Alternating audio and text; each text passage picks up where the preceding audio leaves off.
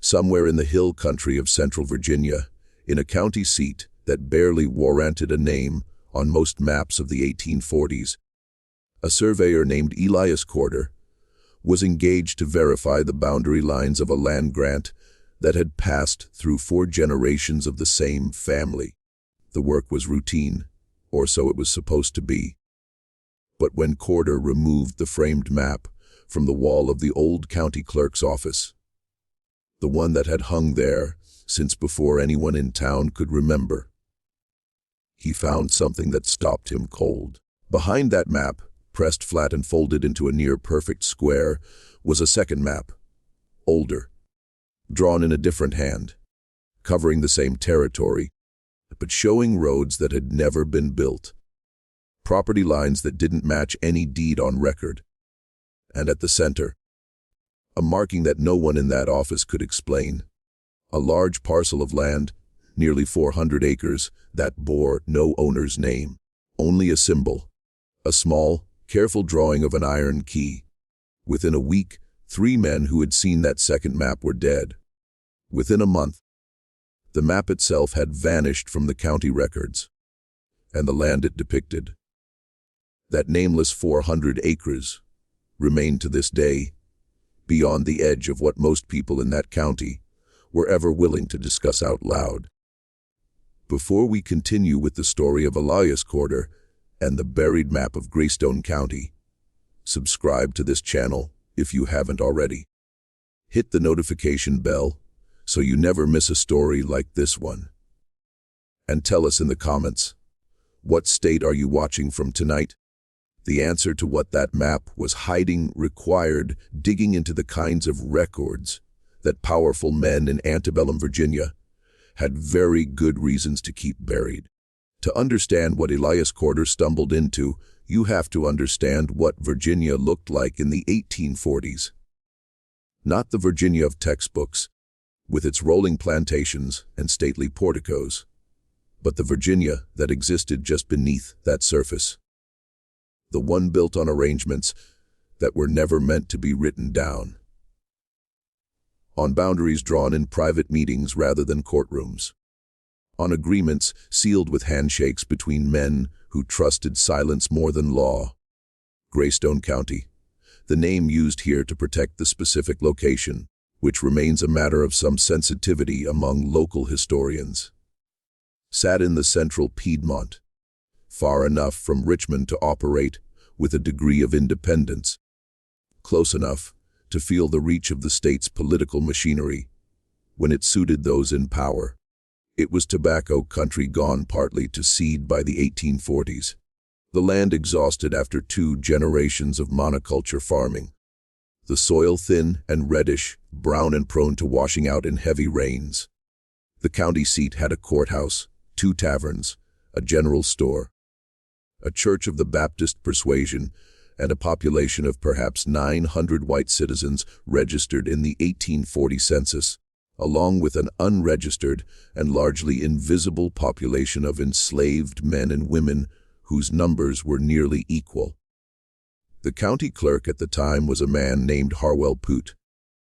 He had held the position for 11 years, having inherited it in a manner that was never entirely explained. The previous clerk had retired suddenly and relocated to Kentucky with notable haste, leaving behind very few personal belongings and no forwarding correspondence. Pute was meticulous, fastidious in his dress, and deeply averse to questions he hadn't prepared answers for. He wore his authority lightly, but absolutely, the way men do when they know they are protected from above by something more durable than mere reputation. The courthouse building itself was a 2-story brick structure that had been expanded in 1831. The new wing connected to the old by a covered walkway that always seemed slightly out of alignment with the main building, as though the 2 parts had been built by men who couldn't quite agree on where the walls should go. The records room occupied the back half of the ground floor, with tall windows that let in the morning light and kept the afternoon dim, and wooden shelves that ran floor to ceiling, packed with ledgers, deed books, plat maps, and the administrative detritus of 3/4 of a century of county governance. The map on the wall, the one that would eventually come down, had hung in the records room for as long as anyone could say with certainty. It showed the county in what appeared to be the early survey work from around the time of statehood. The property lines clean and confident in the way that early surveys rarely were in practice. It was the kind of map that visitors remarked upon, that county officials pointed to when they needed to show a constituent where their land began and where it ended. It had the aura of authority, and it looked like the truth. Elias Corder arrived in the county seat on a Tuesday in late September of 1847. He was a surveyor of moderate reputation and considerable experience, having worked for 2 decades across Virginia and into the western reaches of the state. He was 41 years old, a compact and precise man who kept his equipment in immaculate order and his opinions largely to himself. He had been hired by a widow named Dorothea Farwell to confirm the boundaries of the land her late husband's family had held for 4 generations. A parcel of some 230 acres that abutted the properties of 3 neighboring landowners, one of whom had recently begun asserting that the eastern fence line was 40 rods further west than the Farwell deed claimed. The dispute itself was ordinary enough. Boundary conflicts were among the most common legal headaches in rural Virginia, particularly on land that had been subdivided and sold and inherited and sometimes forfeited over generations without anyone ever bothering to have it properly resurveyed. What was not ordinary was what Corder found when he began checking the official county plat maps against the field measurements he had taken over his first 2 days of work. The numbers didn't match, not in a minor way. Not the kind of discrepancy you could attribute to instrument error or the shifting of fence posts over decades. The eastern boundary of the Farwell property, according to the large map on the courthouse wall, ran along a creek bed that Corder's measurements placed nearly 60 rods east of where the map showed it. 60 rods was not a clerical error, and 60 rods was a deliberate difference. Corder requested access to the records room to examine the original survey documentation, and Clerk Poot granted it with a smile that didn't quite reach his eyes. It was on the afternoon of his second day in the records room that Corder noticed the frame. He had been working at the long wooden table beneath the windows, comparing deed book entries against the measurements in his field journal, when the afternoon light shifted, a cloud crossing the sun, or perhaps simply the angle of the light moving through the day. And for a moment, the large map on the wall cast a shadow onto the wall behind it that was slightly larger than the map itself. Corder thought nothing of it at first. He returned to his ledgers. But after a while, in the way that an incongruity lodges itself in a careful man's mind, he found himself looking back at the map. The frame was thick, thicker than you would need to simply mount a map on a wall, the kind of thickness that suggested either excessive craftsmanship or the presence of something behind the visible surface. Corder was not a man given to dramatic conclusions, but he was a surveyor, a man trained to notice when surfaces don't correspond to the structures underneath them. He waited until the clerk's assistant, a young man named Pettis, had gone to fetch water from the well in the courthouse yard. Then he climbed onto one of the wooden chairs, gripped the heavy frame at both upper corners, and lifted. The frame was not attached to the wall. It had simply been resting against a pair of iron nails, its own considerable weight holding it in place. It came down slowly and awkwardly, and Corder had to lower it to the floor in stages, pressing it against his chest and walking it down the wall, rather than lifting it free all at once. When it was finally flat on the floor, he turned it over. Behind the county map, pressed between the map's backing, and a thin sheet of oilcloth that had been nailed around the inner edges of the frame, was a second document. It had been folded 4 times, creased with great care, and kept dry by the oilcloth wrapping. When Corder unfolded it on the table, pressing the corners flat with his palms, he found himself looking at a hand-drawn map of the county's western quarter, older than the one on the wall. The paper had a different texture, a warmer tone. The ink slightly faded, but still legible. The draftsmanship was more careful than the official map. If anything, the lines more precisely ruled, the notations written in a smaller, more deliberate hand. The property lines it showed were different. Not dramatically different across most of the territory, but significantly different in one specific area. A large, irregular parcel in the western reaches of the county, near where the land rose toward the first foothills of the Blue Ridge. According to this hidden map, that parcel comprised approximately 400 acres. It was bounded on 3 sides by named watercourses and on the 4th by a road that the official map did not show. And unlike every other parcel on the hidden map, which bore either an owner's name or a notation indicating crown or state land, this one was blank except for the symbol at its center. The key drawn small and precise, with the careful detail of a man who meant it as a mark of specific significance, not mere decoration. Corder sat at that table for a long time. He was still sitting there, the hidden map spread before him, when Harwell Poote himself came into the records room, rather than his assistant, and stopped in the doorway and looked at the official map lying face down on the floor, and then at the hidden map on the table, and at Corder. The clerk's face did something complicated, something that moved through surprise and calculation and arrived at a kind of careful stillness. "I see you've been thorough," Poote said. "The frame was resting loose," Corder said. "I noticed the depth." "Indeed." Poote came into the room slowly and stood across the table from Corder. He looked at the hidden map for a long moment without touching it. "These old buildings hold all manner of things between their walls. I expect that document has been there since before my tenure." He paused, "Perhaps before my predecessor's tenure." "Do you know what the symbol means?" Corder asked. "The key marking." Poote looked at it again. Something moved behind his eyes.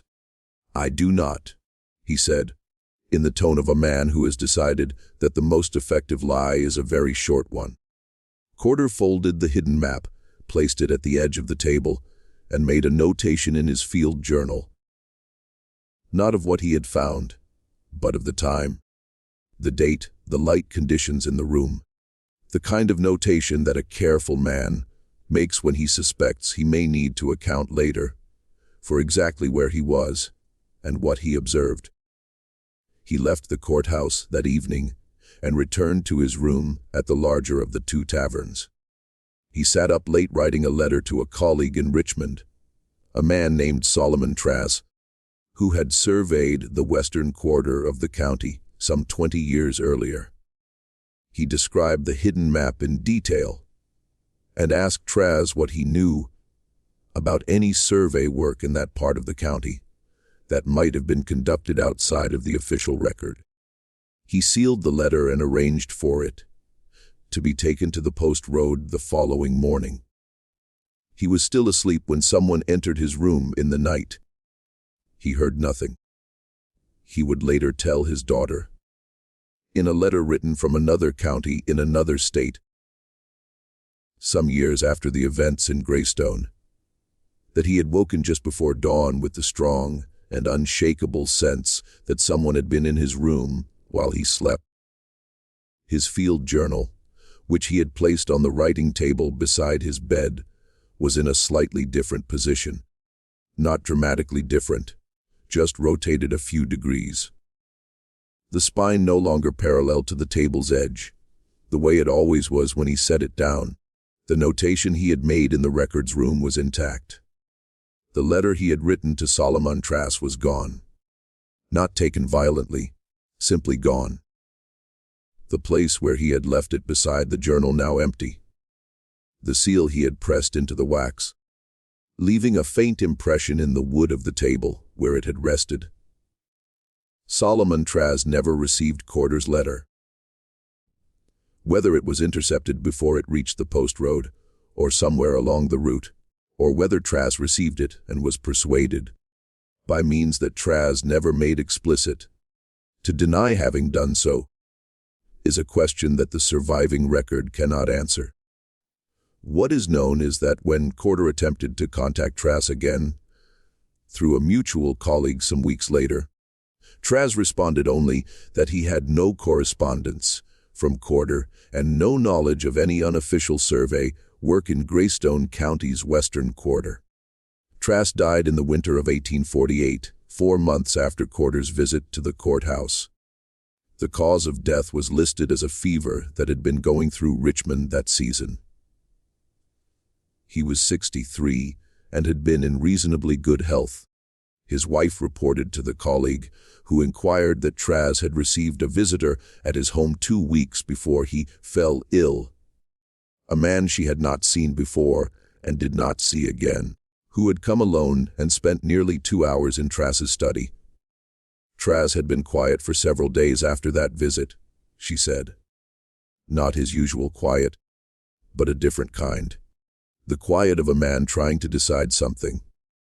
The second death was a farmer named Obadiah Lacey, who worked land in the western quarter of the county, adjacent to the area shown on the hidden map. Lacey had been in the records room on a routine matter. Some question about a road easement across his property. On the same afternoon that Corder had found the hidden map, he had seen it on the table, though it is not clear how much of it he had read. He died in October of 1847, when he was struck by a wagon on the main road through town in what 3 witnesses described as an accident. The wagon driver was from out of county. He did not stay for the inquest. The third man was Pettis, the clerk's assistant, who had been sent to the well while Corder examined the frame. It is uncertain whether Pettis had seen the hidden map at all. He had not been in the room when Corder pulled it from the frame and had returned to find the clerk and the surveyor in what he later described to a cousin as a very still kind of conversation. Pettis died in late November of 1847 of causes that the county physician, a Dr. Nathaniel Good, certified as consistent with putrid fever. Good had examined him only once, for less than an hour, and had not been called to attend him in any previous illness. Corder completed his survey of the Farwell property, the original reason for his visit, and submitted his findings to Dorothea Farwell and her attorney. His findings confirmed that the eastern boundary ran where the Farwell deed said it ran and not where the neighboring landowner had claimed. He submitted no official report regarding the hidden map and made no formal inquiry to the county clerk or any other official party. He left Greystone County in early October of 1847 and did not return. But he did not simply let the matter drop. Over the following years, in letters to several trusted colleagues, and in a series of private notebooks that his daughter would eventually donate to a historical archive in another state, Corder assembled what he could of the history of the western quarter. The land marked on the hidden map, the 400 acres with the iron key at its center. What he found was a history of deliberate silence, of records that existed in one ledger and not in another, of transactions that had been recorded and then apparently unrecorded, of a piece of land that showed up in no tax roll and no census enumeration and no deed book in the county, and yet which was clearly occupied, or at least managed. Based on the testimony of several people who had worked or traveled near it, The land was not empty. It never had been. And the reason it bore no name in any official record had nothing to do with clerical oversight. It had to do with what the land was for. To follow Corder's reconstruction, you have to understand something about how certain kinds of business were conducted in Antebellum Virginia. There were operations that benefited enormously from the formal protections of law. Property rights, contract enforcement, the power of courts to compel compliance, while at the same time being of a nature that powerful men preferred not to have committed to official documents in any specific or traceable way. The solution in many cases was to build a parallel architecture of record-keeping. Documents that existed and were binding among those who held them, but which were kept out of the county registers, out of the deed books, out of any repository that might be subject to outside scrutiny. Virginia had a long tradition of exactly this kind of private legal architecture. The colonial period had established patterns of gentleman's agreement and informal compact that coexisted alongside the formal legal system. Not in defiance of it, but woven through it, using the official structures where they were useful and bypassing them where they were inconvenient. By the antebellum period, this tradition had become, in certain circles, a highly refined practice. Families who had been in Virginia for 4 or 5 generations had accumulated not just land and wealth, but institutional knowledge, a deep understanding of how the legal system worked and, more importantly, where its seams were. Where you could press and find it gave way. Where the clerk would look and where he wouldn't. Where the circuit court judge would ask questions and where he understood that questions were not expected of him. The men who built the arrangement that Corder had stumbled across were not, by any external measure, lawbreakers. They attended their churches. They paid their taxes on the land they officially held. They served in the legislature and on the county court and in the vestries of their episcopal parishes. They were the law in many of the ways that mattered, which meant that they understood better than anyone how to use the law's own mechanisms to protect what they needed to protect. The iron key symbol, Corder eventually determined, was not unique to the hidden map in Greystone County. He found references to it, oblique references, never explicit, in correspondence from at least 2 other counties in central Virginia. In each case, the reference appeared in connection with property transactions of an unusual nature, large parcels, substantial sums, and a consistent pattern of the official record, showing the land as either unclaimed or belonging to the state, while private documents, letters, personal accounts, financial ledgers, referred to productive activity on the same land. A colleague in Lynchburg who had done survey work across the central Piedmontal quarter, in a letter written in 1849 that he had once been asked to conduct a private survey, not to be filed with any county clerk, of a parcel in a neighboring county. The man who hired him had paid him twice the normal rate in cash and had asked him to deliver the survey plat directly to an address in Richmond, rather than to any local official. The parcel, when Corder's colleague described its location, corresponded almost exactly to a section of land that appeared on the official county map as unclaimed bottomland. The man who hired me, the colleague wrote, was not the sort of man one asks questions of. He had the manner of someone accustomed to having his instructions followed without discussion. I completed the work, delivered the plat, and heard nothing more. I have since found it wiser not to inquire. There was one detail in the colleague's letter that Corder underlined twice in his notebook and returned to in his writings over the following years. The man who had commissioned the private survey had left behind, in the pocket of the oilcloth case he used to carry the completed plat, a small sheet of folded paper that the colleague had found only after the man had gone.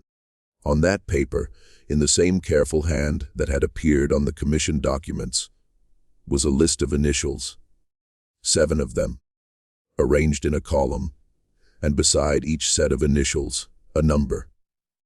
The colleague had not known what the initials represented. He had not known what the numbers meant. But he had kept the paper because a careful man keeps things he doesn't understand against the possibility that understanding may one day be useful. He sent the paper to Corder along with his letter. Corder spent the better part of a winter matching those initials to names in the Greystone County deed books and in the records of the state legislature. 6 of the 7 he was able to identify with reasonable confidence. They were the names of men from 5 different central Virginia counties, prominent men, several of whom held or had recently held public office. The numbers beside each set of initials were, Corder eventually concluded, financial figures, not the total value of any single transaction, but shares. Proportional stakes in a larger arrangement whose total value he estimated very roughly at somewhere between $40,000 and $60,000, a substantial sum for the 1840s, enough to fund a sustained, well-organized operation over many years. Corder spent 2 years building a picture from these fragments. What that picture showed, when it began to come into focus, was not what he had initially suspected. He had assumed in those first weeks after leaving Greystone County that the hidden map represented a straightforward land fraud, some scheme by which powerful families had quietly appropriated county land for their own use while keeping it off the tax rolls. That would have been serious enough. But the truth, as Corder came to understand it, was both more complex and far darker. The 400 acres were not primarily a financial arrangement. They were a management arrangement.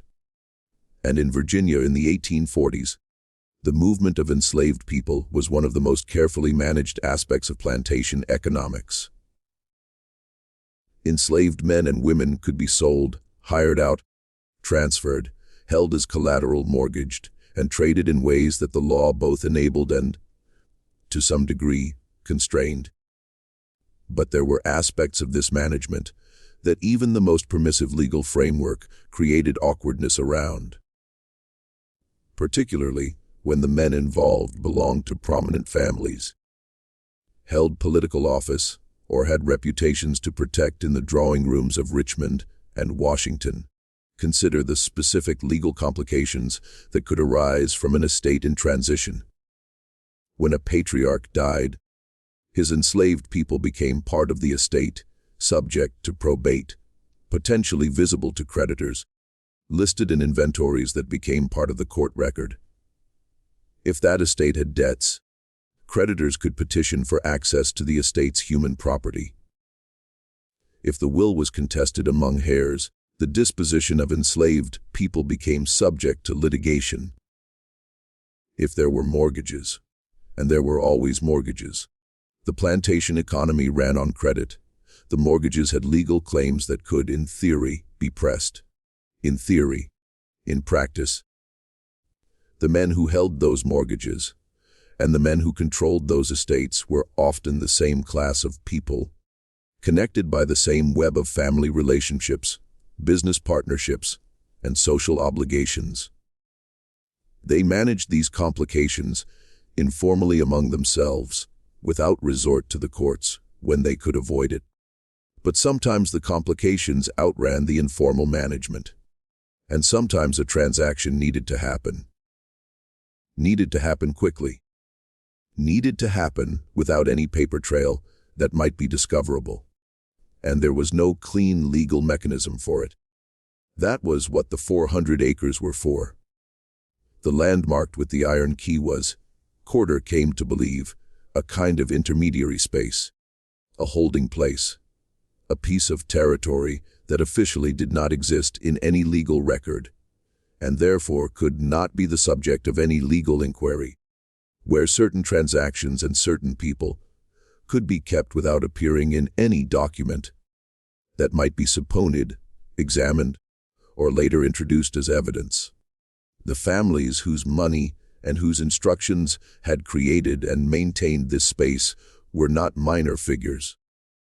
Their names appeared in the state legislature, in the circuit courts, in the registers of the most prominent churches in Richmond. Their land holdings were documented extensively and publicly, all except for this one piece, carefully excised from the official record, maintained through a separate system of private instruments that circulated only among themselves. And the key symbol, Corder eventually determined, was how they marked the documents that belonged to that parallel system. An iron key. A simple image that meant nothing to anyone who didn't already know what it meant, and everything to those who did. The enslaved people held on that 400 acres had no legal existence in the county, where they lived and worked and were confined. They appeared in no census. They were included in no estate inventory that would be filed with a county court. If they were sick, no county physician would be officially called to treat them.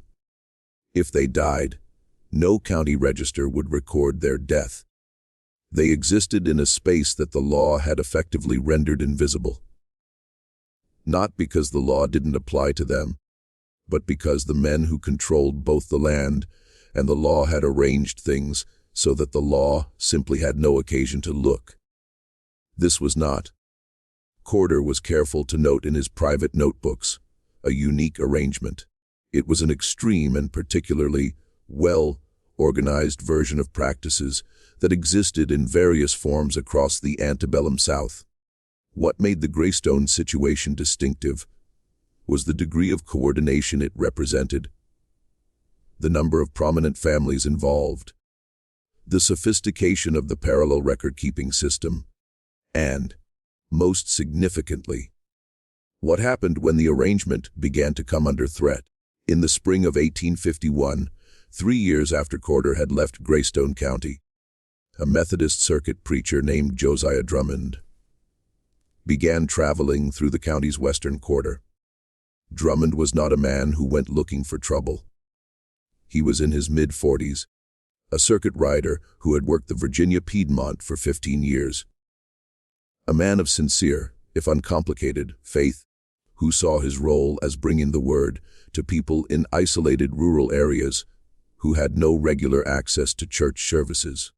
He had grown up in western North Carolina, the son of a mill owner who had given him a reasonable education and a strong opinion about the moral obligations of a Christian man. He was not, by temperament or by theology, a man inclined toward confrontation. He had accommodated himself, as most ministers in his position had, to the social arrangements of the communities he served. He did not preach against slavery from any pulpit he occupied. He baptized the children of enslaved people when he was asked to, and said words over their dead when he was allowed, and did not, in the ordinary course of his circuit riding, ask questions about the arrangements of the families whose farms he visited. He was, in other words, a man shaped entirely by the pressures of his world, which made what he did in the weeks after his visit to the western quarter all the more remarkable, and in retrospect all the more costly. What Drummond encountered on a Tuesday morning in May of 1851 was something he spent the rest of his life trying to make sense of. He had taken a shortcut, or what he had been told was a shortcut, across a stretch of land in the western part of the county. Traveling between two farm communities he visited on his regular circuit. The path led him through a section of woods that had been partially cleared, and at the edge of the clearing, he came upon a cluster of rough structures. Not quite cabins, something smaller and less permanent, and a garden plot, and a well, and perhaps 30 people in various states of occupation, some working in the garden, some carrying water, some sitting in the shade of the largest structure, a few children, several older men and women, mostly younger adults. None of them showed any surprise at seeing him. Some of them looked at him with what he would later describe as a kind of exhausted caution, the expression of people who have learned that surprise is a luxury they cannot afford. Drummond dismounted. He introduced himself. He said he was a minister of the Methodist persuasion and that he was traveling between communities on his circuit. He asked if they had received any ministry recently, which was the standard opening question of a man in his position. No one answered immediately. The older woman who eventually came forward did so with the deliberate pace of someone who had learned to be very careful about who she spoke to and what she said. She was perhaps 60 years old, with a face that held the specific combination of intelligence and wariness that comes from a lifetime of having to read the intentions of strangers very quickly and accurately. She told him they had not had any ministry in some time. She did not say how long. Drummond spoke with her for perhaps half an hour. He later reconstructed the conversation in his journal, as carefully as he could, aware that it was the most significant conversation he had ever had. Aware also that he had not been prepared for it in any way that mattered. The woman, she did not give her name, a detail that Drummond noted and tried not to draw conclusions from, answered his questions about her congregation's spiritual welfare with great care. She told him they had prayer among themselves, that there were those who knew the scriptures well enough to lead the others, that they managed in the ways people manage when they have only themselves to rely on.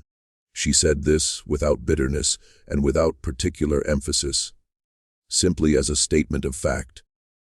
When Drummond asked where he was, which seemed to confuse her in a way he didn't immediately understand, she asked him to clarify what he meant, which made him realize that the question of what county or what property this was might genuinely be one she could not answer with certainty.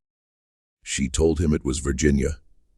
She told him the land had trees and water, and a road at its far edge that sometimes had people on it.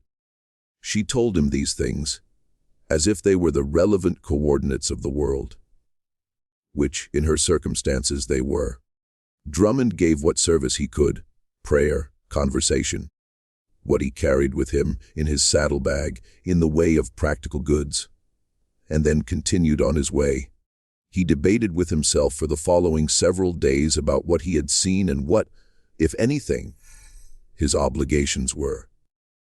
He was not an abolitionist. He was not a political man. He was, by his own account, a man who tried to live within the arrangements of his society, while serving his God, as best he understood how. But what he had seen nagged at him. Not the existence of enslaved people working land. That was not, to his enormous shame, something that struck him as exceptional. What nagged at him was the absence. No overseer. No clear property owner. No connection to any named estate or family.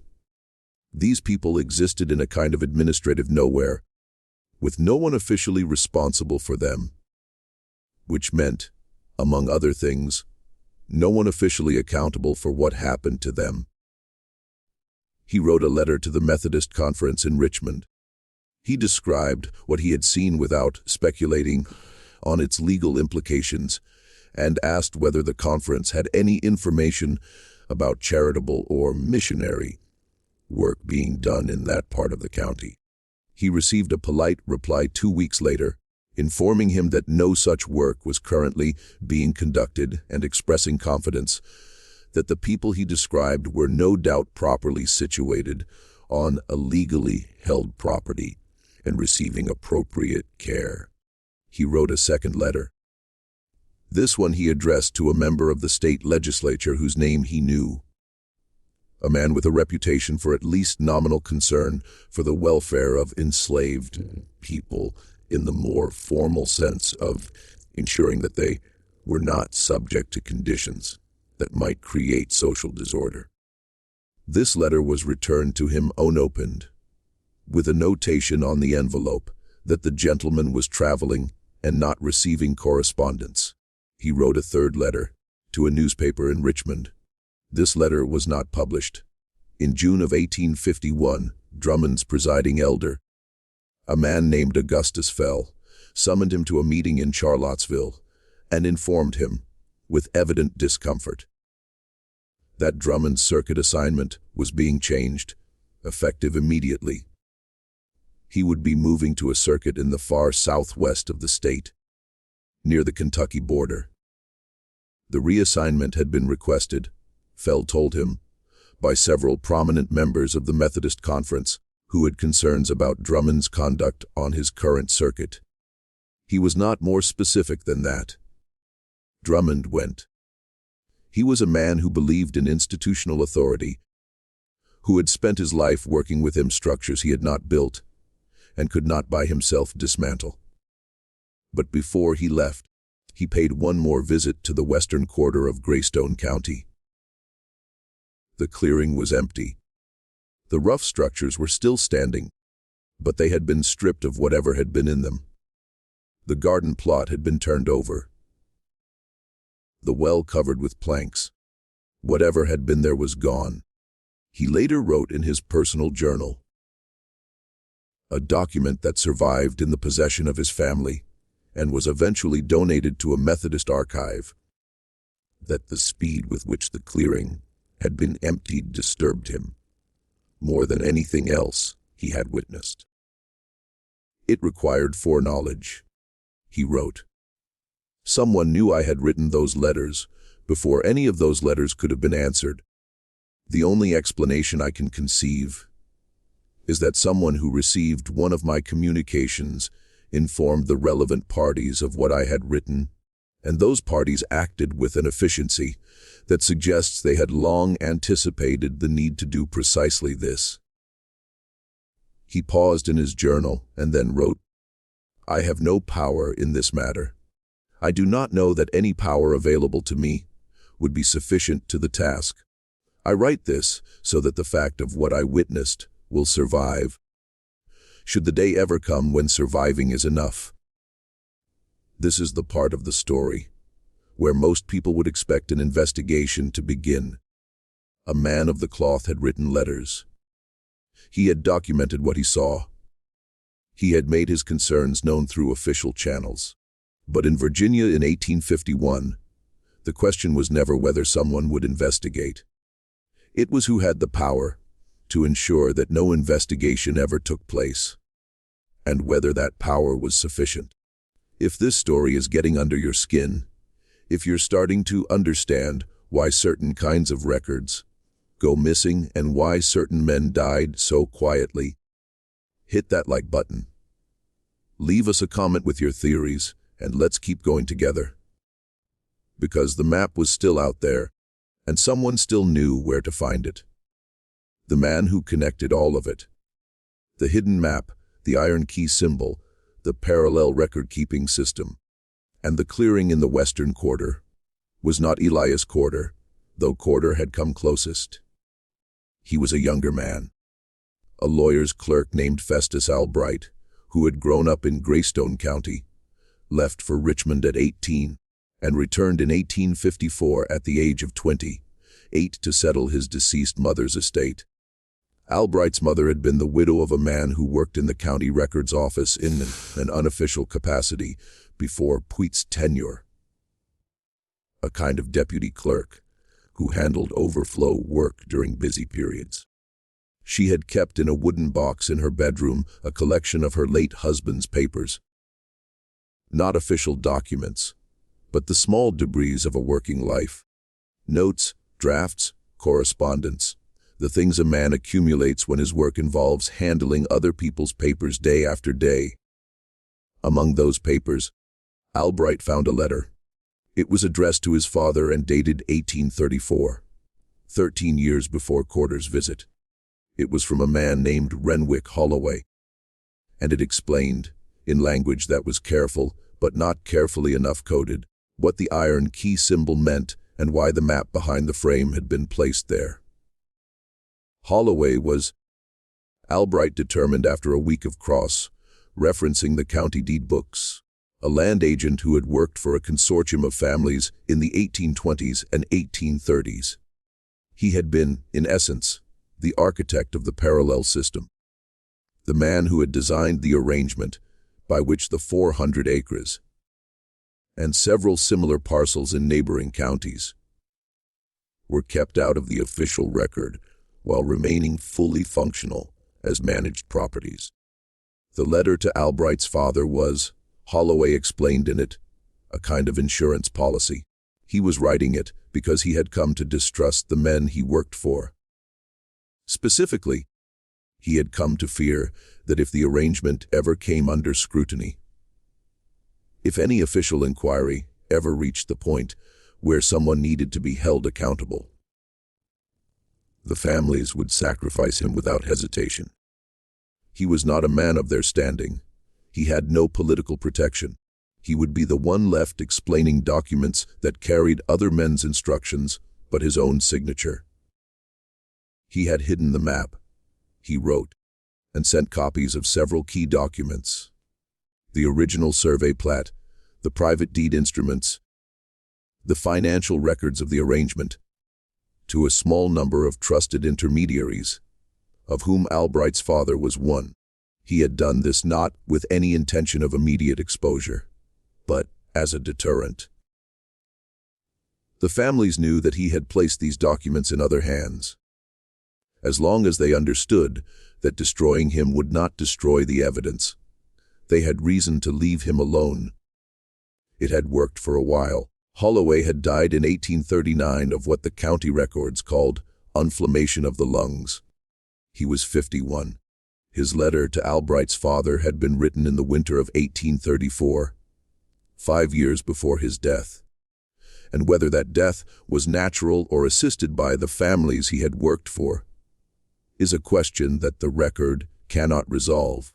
What the letter contained, what Albright now held in his hands, sitting in his dead mother's bedroom in the house where he had grown up, was not a general description of the scheme. It was specific. It named names. It listed the families involved, their respective financial stakes in the arrangement, the amounts paid, the years the payments were made. It described the system of private instruments, the deeds that were never filed, the surveys that were never recorded, and explained how they circulated among the families, each holding copies of the relevant documents, none holding all of them, so that no single man possessed evidence sufficient to implicate the others. And it described what the 400 acres were for. They were a way station, a managed space where enslaved people who had been transferred between estates in circumstances that the families preferred not to document could be held, sometimes for weeks, sometimes for months, until the next stage of whatever transaction was being conducted could be completed. Men and women who were being sold in ways that violated the terms of earlier contracts. People whose presence on a named estate would create legal complications because they had been listed as collateral on a debt, or because their sale would require a public record that might attract attention, or because their legal status was complicated by provisions in an old will that had not been fully honored. The 400 acres allowed these transactions to occur in a space that did not legally exist. People could move through it without appearing in any record. Transactions could be completed without triggering any of the legal mechanisms that the official system would have required. It was not, in the terminology of its architects, a place where anything happened. It was a place where things happened between happenings. Albright sat for a long time with Holloway's letter. He was a lawyer's clerk. He understood the value of a document. He also understood, with the particular clarity of a man who had grown up in that county and had come back to it as an adult, what the men named in that letter were capable of, and what the distance was between his own position and theirs.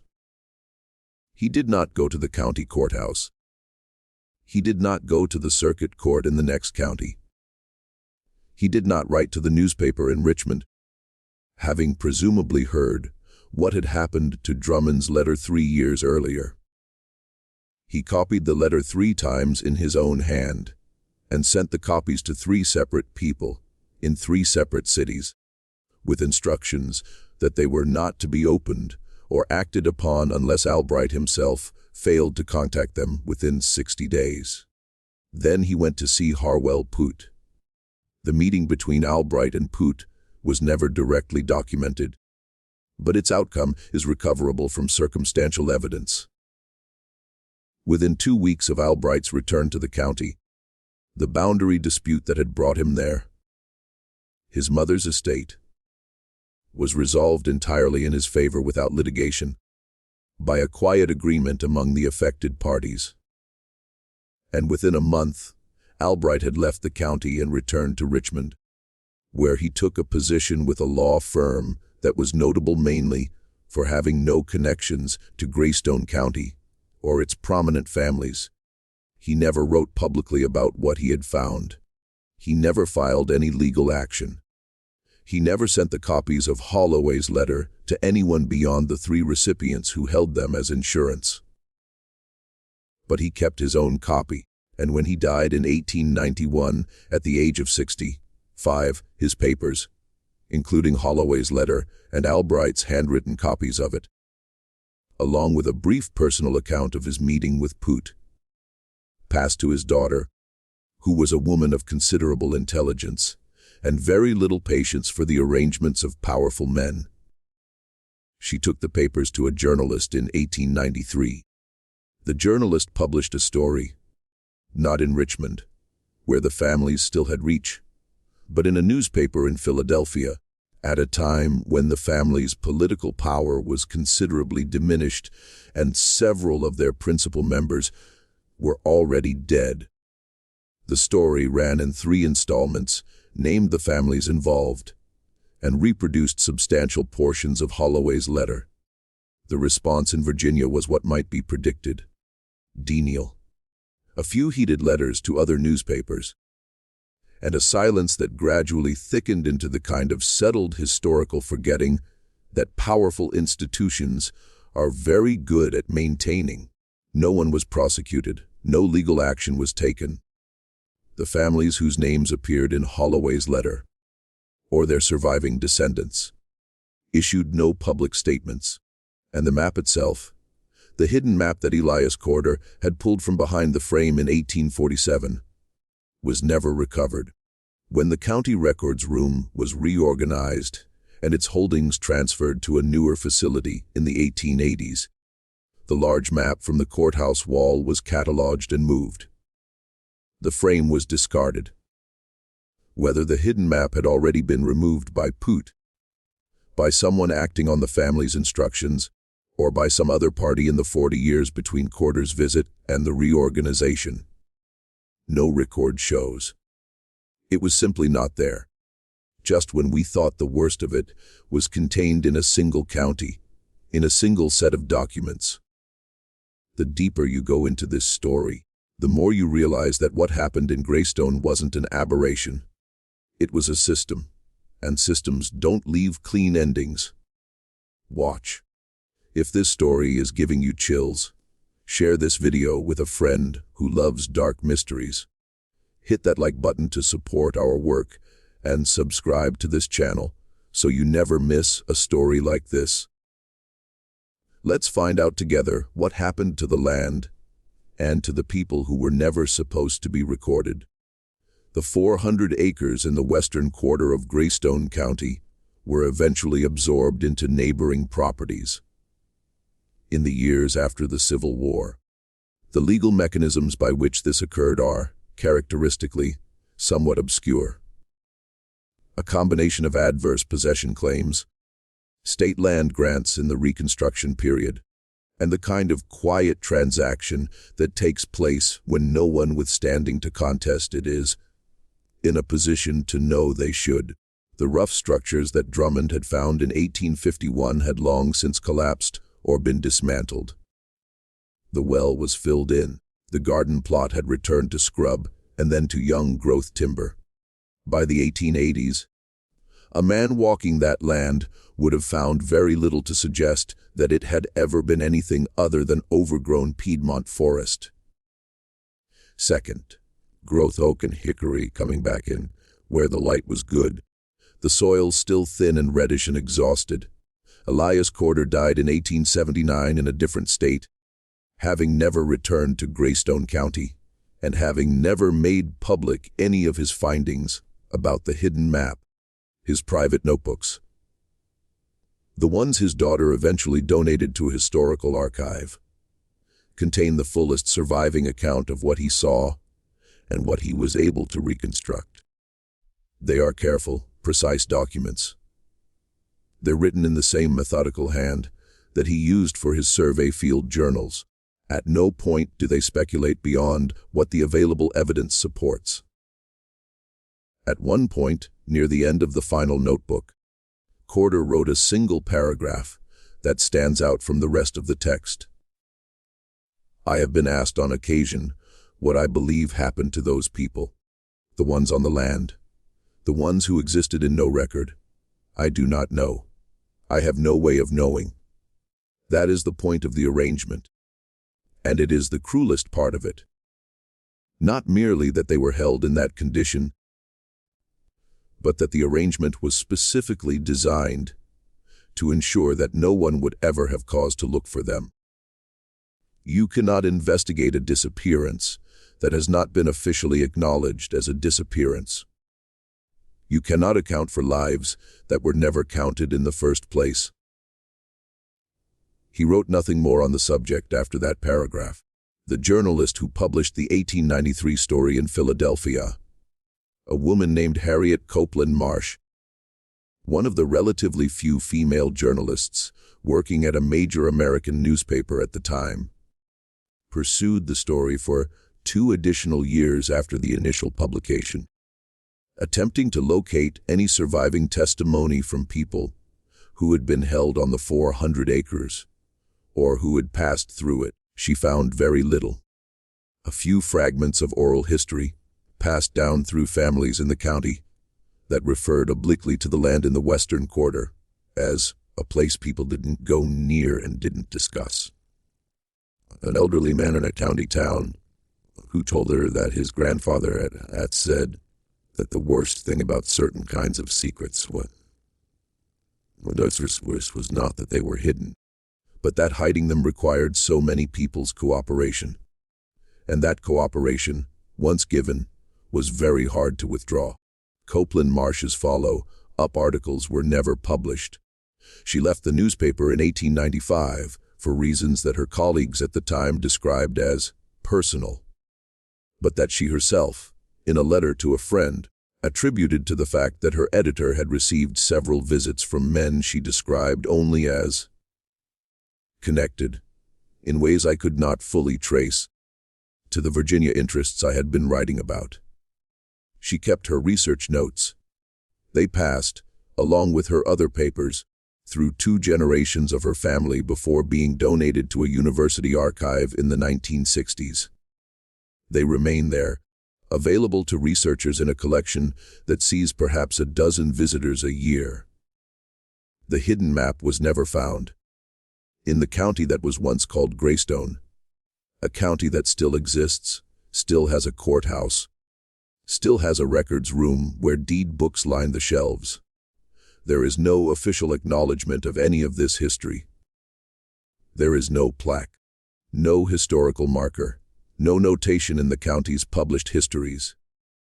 The land in the western quarter has changed hands several times since the Reconstruction period.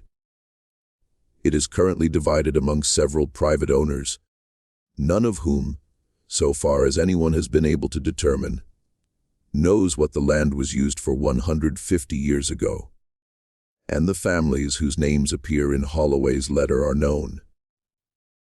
Some of their descendants still live in the region. Whether any of them know what their ancestors built and what it was used for is not a question that history has found a way to answer. What history has found, what the accumulated fragments of Corder's notebooks, Holloway's letter, Drummond's journal, and Copeland Marsh's research allow us to see, is the shape of the arrangement. The extraordinary effort required to remove a piece of land and the people on it from every official record. The network of powerful men needed to maintain that removal over decades. The series of deaths and reassignments and suppressed letters that attended every moment when the arrangement came close to the surface, and at the center of it always that symbol on the hidden map, the iron key. Meaning, this door opens from the inside only to those who already hold the key. Meaning what is inside here does not need to be known by anyone outside. Meaning this land and everything on it belongs to a different system of accounting. One that runs parallel to the official record, never touching it. Never visible to anyone who doesn't already know where to look. Elias Corder looked. He pulled the map from the frame and found the other map behind it. He saw what it showed and he understood enough of what it meant to spend the next 3 decades quietly documenting it, and not quite enough to know what to do with what he found. That is the thing about certain kinds of hidden histories. The people who discover them are rarely in a position to fully expose them. And the people who created them counted on that very carefully from the very beginning. The map that Corder found in 1847 showed a piece of land that officially did not exist. It showed roads that were never built and property lines that appeared in no deed book and a 400-acre parcel that bore no name, but only the image of a key. Somewhere in the hills of central Virginia, that land still exists. The trees are different now. The structures are gone. The well is filled. But the land is still there, still bounded by the same watercourses that Holloway's survey identified, still rising toward the same distant ridge of the Blue Ridge that the people who lived on it could see from the edges of the clearing. They have left no record. That was the whole point. But we know, in the fragmentary, incomplete, always insufficient way that history ever knows anything, that they were there. This mystery shows us something that goes far beyond one county in Virginia, or one hidden map, or one surveyor who happened to notice a frame that was thicker than it needed to be. It shows us how deliberately and skillfully certain truths can be buried. Not by accident, not by the simple passage of time, but by people who understood exactly what they were doing and had every resource they needed to do it well. What do you think of this story? Do you believe everything was revealed? Or is there more buried beneath those Virginia hills that no one has yet managed to pull into the light? Leave your comment below. We read every single one. If you want more stories like this one, stories that dig into the hidden places of American history and the things that were never meant to be found, subscribe to this channel. Hit the notification bell and share this video with someone who loves the dark corners of history as much as you do. We'll see you in the next one.